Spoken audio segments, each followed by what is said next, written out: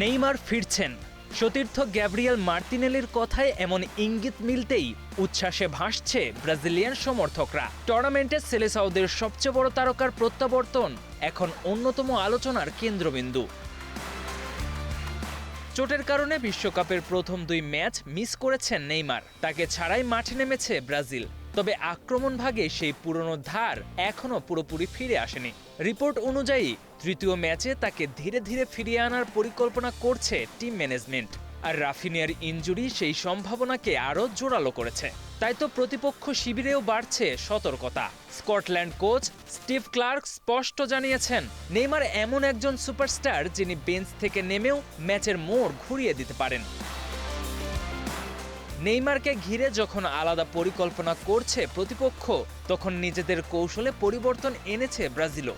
Brazilian সংবাদ মাধ্যম UL এর প্রতিবেদনে বলা হয়েছে, কোচ কার্লো আনচেলত্তি এবার নেইমারকে আগের মতো প্রথাগত উইঙ্গার হিসেবে ভাবছেন না, বরং তাকে আক্রমণ ভাগের কেন্দ্রে ব্যবহার করার পরিকল্পনা করছেন। অনুশীলনে তাকে কখনো ফলস নাইন, আবার কখনো অ্যাটাকিং মিডফিল্ডারের ভূমিকায় পরীক্ষা করা হচ্ছে। অর্থাৎ নেইমার এখন শুধু ফিনিশার নন, বরং আক্রমণ গঠনের মূল প্লেমেকার। বিনিয়োগ হোক বিশ্বস্ত, আমার পছন্দ সল্ট বে।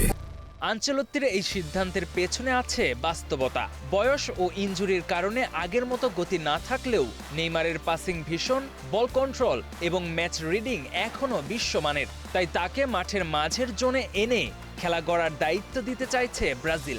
এই ভূমিকায় ভিনিসিয়াস জুনিয়রের মতো দ্রুতগতির উইঙ্গারের জন্য জায়গা তৈরি করাই হবে নেইমারের প্রধান কাজ। রাফিনিয়ার ইনজুরি এই সমীকরণকে আরও সহজ করেছে ব্রাজিলের জন্য। তবে শুরু থেকেই তাকে খেলানোর পরিকল্পনা নেই কোচিং স্টাফের। ধীরে ধীরে ফিরিয়ে আনার পরিকল্পনা অনুযায়ী তাকে দেওয়া হতে পারে 15 থেকে 20 মিনিটের গেম টাইম। 17 মের পর কোনো প্রতিযোগিতামূলক ম্যাচ না খেলা নেইমারের জন্য এই প্রত্যাবর্তন সহজ হবে না। বিশেষ করে বিশ্বকাপের মতো উচ্চচাপের ম্যাচে তার শরীর কিভাবে সাড়া দেয়, সেটাই এখন সবচেয়ে বড় প্রশ্ন।